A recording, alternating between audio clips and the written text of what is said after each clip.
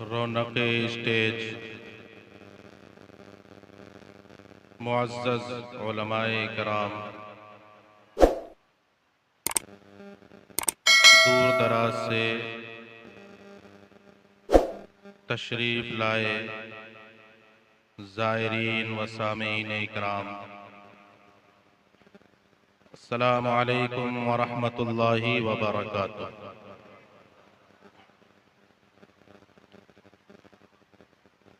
अल्हम्दुलिल्लाह,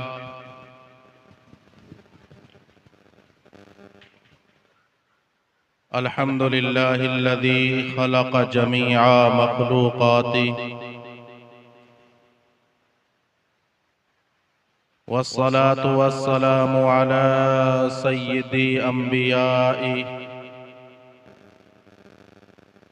अल्लज़ी काना सादिक़न बिमस्दूक़ातिही आलिमन बिमालूमातिही आदिलन फी महकूमातिही व अला आलिही व अस्हाबिही, अम्मा बाद, फ़अऊज़ु बिल्लाहि मिनश शैतानिर रजीम, बिस्मिल्लाहिर रहमानिर रहीम। क़ाल रसूलुल्लाहि सल्लल्लाहु तआला अलैहि वसल्लम, इन्ना लिल्लाहि इबादन इख्तस्सहुम लिहवाइजिन नास यफ़ज़अुन नासु फी हवाइजिहिम इलैहिम उलाइकल आमिनूना मिन अज़ाबिल्लाह। सदक़ल्लाहुल अज़ीम व सदक़ रसूलुहुन नबियुल अमीनुल मुईनुल करीम व नहनु अला ज़ालिका लमिनश शाहिदीन वश्शाकिरीन वल्हम्दुलिल्लाहि रब्बिल आलमीन।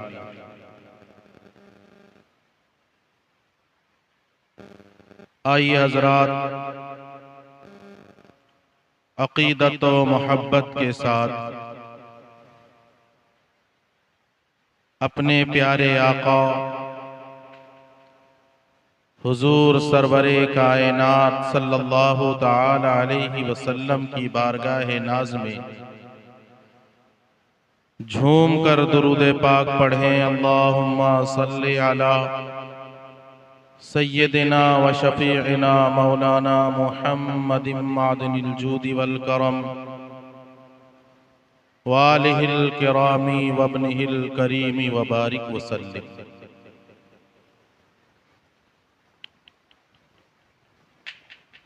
हमारे और आप सब के लिए ये बड़ी सआदत मंदी और खुशनसीबी की बात है कि हम और आप अल्लाह के एक साहिबे कश्फ़ो करामत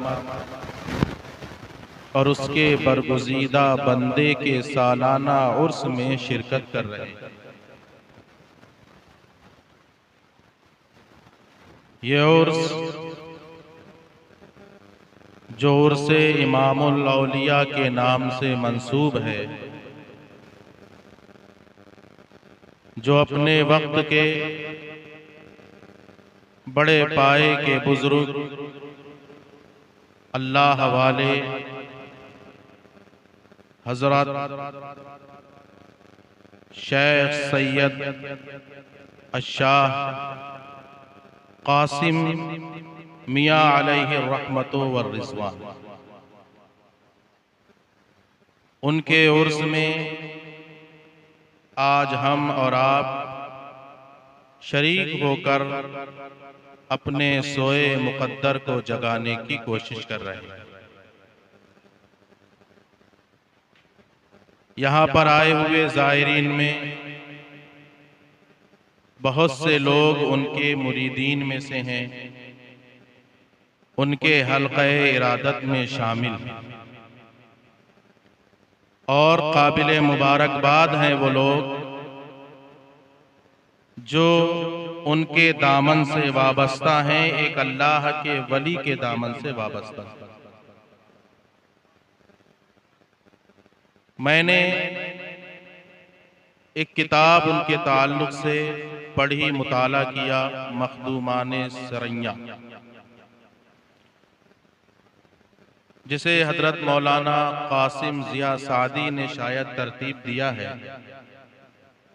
उस किताब में उनके कुछ हालात पढ़े, देखने को मिले, तो पढ़ने के बाद वाकई हैरत हुई और खुशी भी हुई कि इतने ही करीब में अल्लाह का बड़ा अजीम और बड़ा ही साहिब कश्फो करामत बंदा।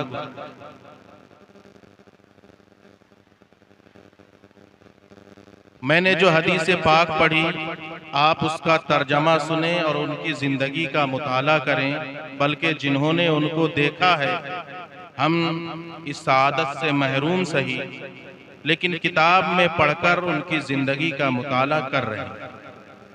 खुशनसीब हैं वो लोग जिन्होंने उनको देखा, उनकी ज़ियारत की, उनसे मुरीद हुए। ये बड़ी खुशनसीबी की बात है। मैंने हदीस पाक पढ़ी, अल्लाह के प्यारे रसूल की एक हदीस पाक हजरत अब्दुल्ला इब्न उमर रज़ियल्लाहु ताला अन्हु मुजमे तबरानी में रिवायत करते हैं, फरमाते हैं, इन्ना लिल्लाहि इबादन इख्तस्सहुम लिहवाइजिन नास, बेशक अल्लाह के कुछ मखसूस बंदे हैं, यानी उसने कुछ बंदों को खास कर लिया है जो लोगों की हाजत रवाई करते हैं, लोगों की परेशानियों को अल्लाह के हुक्म से दूर करते हैं। यफ़ग़उन नासु इलैहिम फी हवाइजिहिम, लोग जब परेशान होते हैं, मुसीबत में होते हैं, किसी तरह की आफत व बलियात में गिरफ्तार होते हैं, तो लोग उनकी बारगाहों में हाजिरी देते हैं।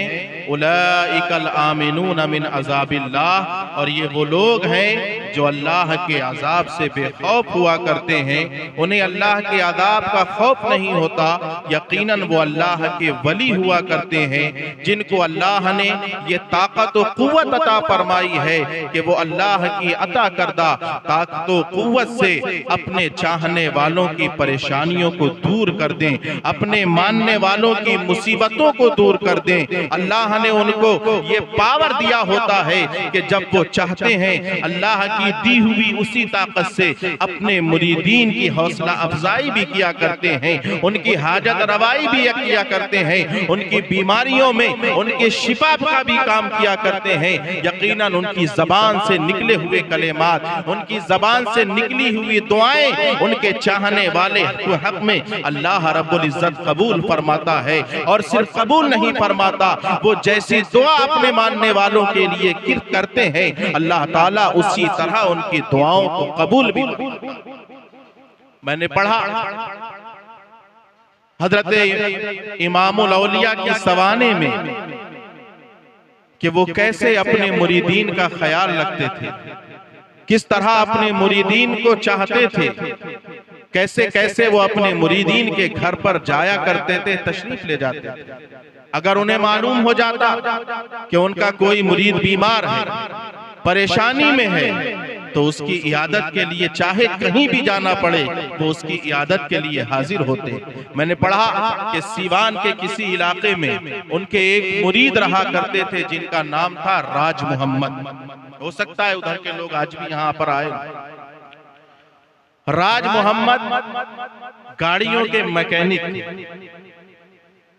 उनको कोढ़ का मर्ज था, कोढ़ के मरीज थे।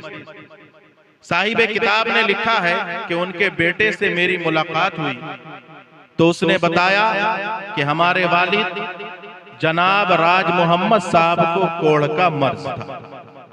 एक मर्तबा हजरत कासिम मियां अलैहि रहमतु व रिज़वान सीवान के दौरे पर थे, और सीवान के दौरे पर आपका वो मुरीद आपसे मिलने के लिए आपकी क़ियामगाह पर तशरीफ लाया, हाजिर हुआ। जब वो मिला तो आपने उससे कुछ कहा नहीं, बल्कि अपना एक काम उसके जिम्मे लगाया और कहा, राज मोहम्मद मुझे यहां से किसी और जगह जाना है, एक गाड़ी का इंतजाम कर दो। वो बयान करते हैं कि इलेक्शन का दौर था, बिहार में सारी गाड़ियां इलेक्शन में लग चुकी थी। बहरहाल वो मैकेनिक थे, उनके ताल्लुकात थे, उन्होंने बड़ी तलाशो जुस्तजू की। तलाशो जुस्तजू के बाद एक गाड़ी का इंतजाम उन्होंने किया और करने के बाद शाम को थके हारे वो फिर से हजरत की बारगाह में हाजिर हुए। और जब वो हाजिर हुए तो हजरत ने देखकर कहा, राज मोहम्मद बड़े थके हुए लग रहे हो, बात क्या है? राज मोहम्मद ने कहा, हुजूर बिहार में इलेक्शन चल रहा है, गाड़ियां सब इलेक्शन में लगा दी गई हैं, मुझे गाड़ी ढूंढने में बड़ी दिक्कत हुई, किसी तरह एक गाड़ी का इंतजाम हुआ है, मैं उसे लेकर हाजिर हुआ हूँ। राज मोहम्मद जब हजरत की बारगाह में हाजिर हुए, उस वक्त हजरत अपने एक दूसरे मुरीद जनाब निजामुद्दीन साहब के मकान पर तशरीफ फरमा थे। खाने का इंतजाम हो चुका था, हजरत खाने के दस्तरखान पर बैठे हुए थे, खाना खा रहे थे। शायद मकई की रोटी थी जिसमें सत्तू का पाउडर मिलाया गया था, वही रोटी हजरत तनावुल फरमा रहे थे। जब वो राज मोहम्मद आपके पास आकर खड़े हुए, आपके हाथ में जो रोटी का टुकड़ा था, आपने उसमें से थोड़ा सा टुकड़ा तोड़ा और उसे अपने दांत से निकाल चबाया और आधा चबाने के बाद राज मोहम्मद के हवाले किया कि इसे अपने पास रख लो और इसको रखने के बाद अपने घर जाकर इसको इस्तेमाल कर लेना। हो सकता है अल्लाह तबारक व तआला इसकी बरकत से तुम्हें किसी मुसीबत से निजात अता फरमा दे।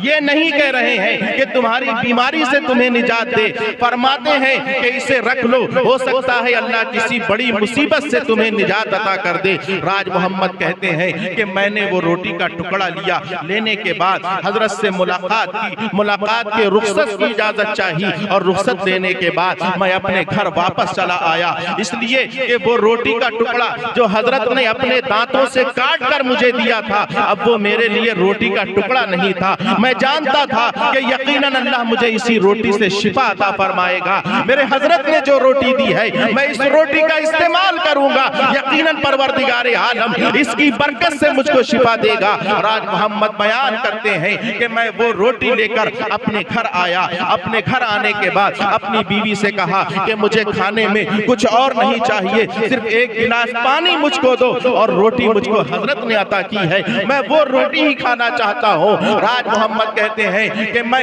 अल्लाह की कसम खा के कहता हूँ कि मैंने वो रोटी खाई थी और 8 दिन गुजरने के बाद मेरे जिस्म पर ना तो कोई कोढ़ का कोई निशान बाकी था। मैं आज तक अल्लाह के फजल करम से उसी तरह जिंदगी बसर। नारे तकबीर, नारे तकबीर, नारे रिसालत, उर्से इमामुल औलिया। वाह वाह वाह। फरमाते हैं मैंने वो रोटी खाई और 8 दिन के बाद मेरे जिस्म पर कोढ़ का जो मर्ज था उसका ना निशान था ना वो मर्ज था। और कहते हैं उनके बेटे ने बयान किया साहिबे किताब से कि मेरे वालिद मोहतरम आज भी सही सलामत जिंदा हैं और अपनी जिंदगी बेहतर तरीके से। ये हजरत कासिम मियां अलैहि रहमत व रिज़वान, ये साहिबे कश्फ व करामत बुजुर्ग है, जिनके उर्स में आज हम और आप यहाँ शिरकत की सादत हासिल कर रहे हैं। अल्लाह ने उनको बड़ी नेक तबीयत अता फरमाई थी। है वो जानते भी होंगे, मैंने देखा नहीं है, पढ़ा जरूर है कि उनकी तबीयत कितनी सादा थी, वो कितने सादा मिजाज थे, वो कितने सादगी को पसंद करते थे। लिखा है उनके बारे में कि वो सादा लुंगी इस्तेमाल किया करते थे, सादा कुर्ता इस्तेमाल किया करते थे, सादे कपड़े इस्तेमाल किया करते थे। उनके देखने वाले, उनके जानने वाले इस बारे में बयान करते हैं कि वो निहायत ही सादा मिजाज थे, सादा जिंदगी गुजारा करते थे।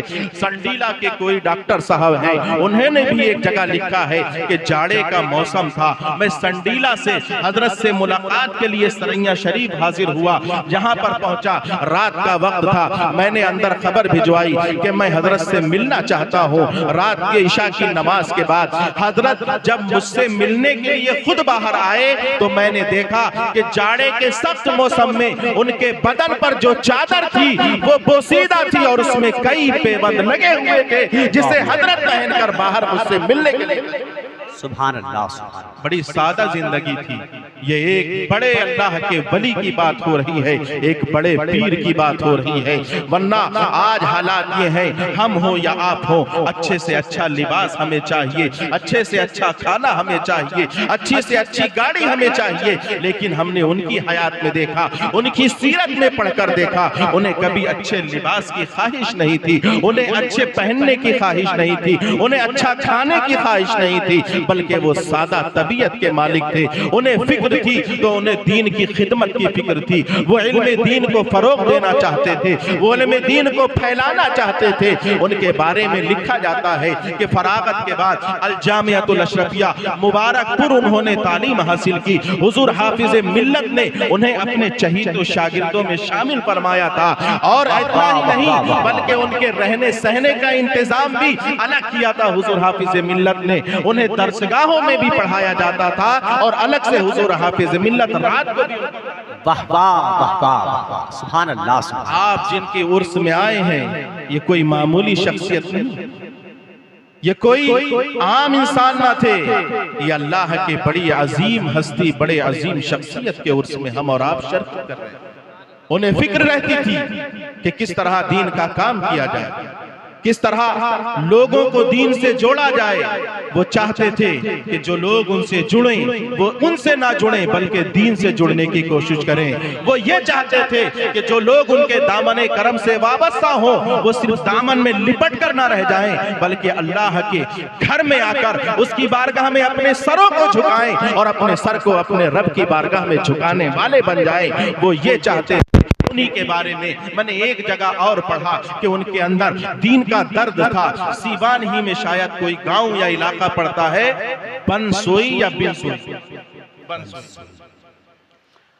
उस इलाके के बारे में ये बताया गया, लिखा गया कि पूरे इलाके के लोग जुएबाज और शराब नोशी, नाम के मुसलमान, शराब नोशी आम थी, जुएबाजी आम थी, हर तरह का गुनाह उनके दरमियान आम था। वो हर तरह का गुनाह किया गया।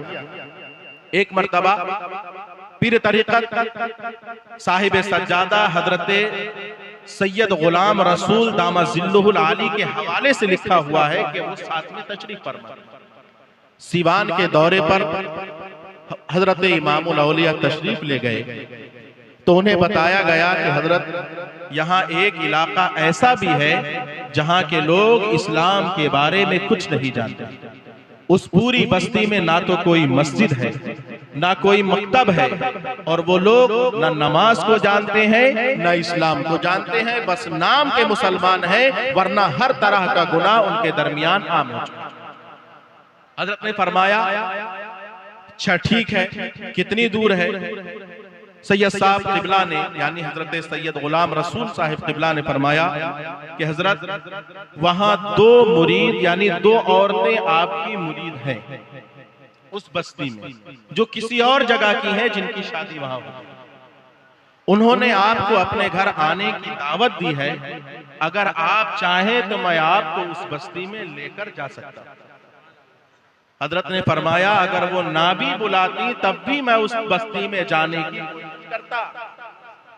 आप फौरन हजरत सैयद गुलाम रसूल साहिब किबला के साथ उस बस्ती में पहुंचे। पहुंचने के बाद उन्हीं औरतों के घर पर आपने क़याम किया। पहले उन्हीं के शौहरों को समझाया और कहा कि मैं रात तक यहाँ अभी ठहरूंगा, तुम गांव के कुछ और लोगों को यहाँ पर लेकर आ जाओ। 4-6 लोग बुलाए गए। हजरत ने उनको समझाया और अल्लाह वाले की जबान से जब बात निकलती है तो वो लोगों के दिलों में जाकर लगती है, वो सिर्फ कानों तक नहीं रहती। हजरत ने जब उन्हें समझाया, उन लोगों की बात समझ में आ गई।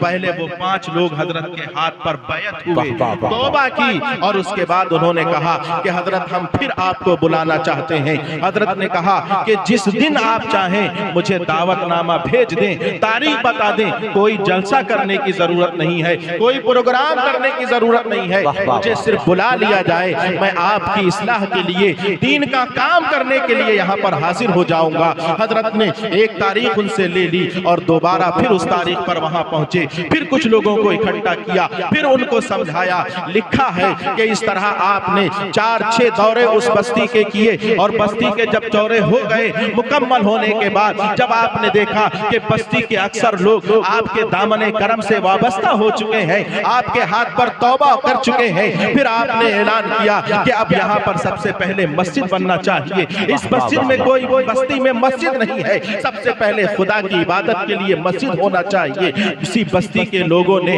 आपके सामने वादा किया कि हजरत आप संगे बुनियाद रखने का इंतजाम करें, जमीन का इंतजाम हम करते हैं, उसकी तामीर का इंतजाम हम करते हैं। आपने सबसे पहले वहां मस्जिद तामीर की। मस्जिद तामीर करने के बाद अपने पास से एक इमाम मुकर्रर किया और उनसे कहा कि आपको यहाँ नमाज पढ़ाना है, इनको समझाना है। और कुछ ही सालों के बाद फिर वहीं पर आपने एक मकतब का बुनियाद डाली, एक मकतब कायम किया। और किताब में साहिबे किताब लिखते हैं कि चंद सालों के बाद वही बस्ती है जहाँ कभी शराब नोशी आम थी, जुएबाजी आम थी, जिनाकारी आम थी। चंद सालों के बाद उस बस्ती के अंदर लोगों को दाढ़ी वाले नजर आने लगे थे, टोपी वाले नजर आने लगे थे। वही बस्ती थी जहाँ पर हाफिज कुरान भी पाए जाते हैं और आलिम कुरान भी। जिंदाबाद जिंदाबाद जिंदाबाद, अल्लाहु अकबर अल्लाहु अकबर, या रसूल अल्लाह या रसूल, जिंदाबाद जिंदाबाद जिंदाबाद जिंदाबाद।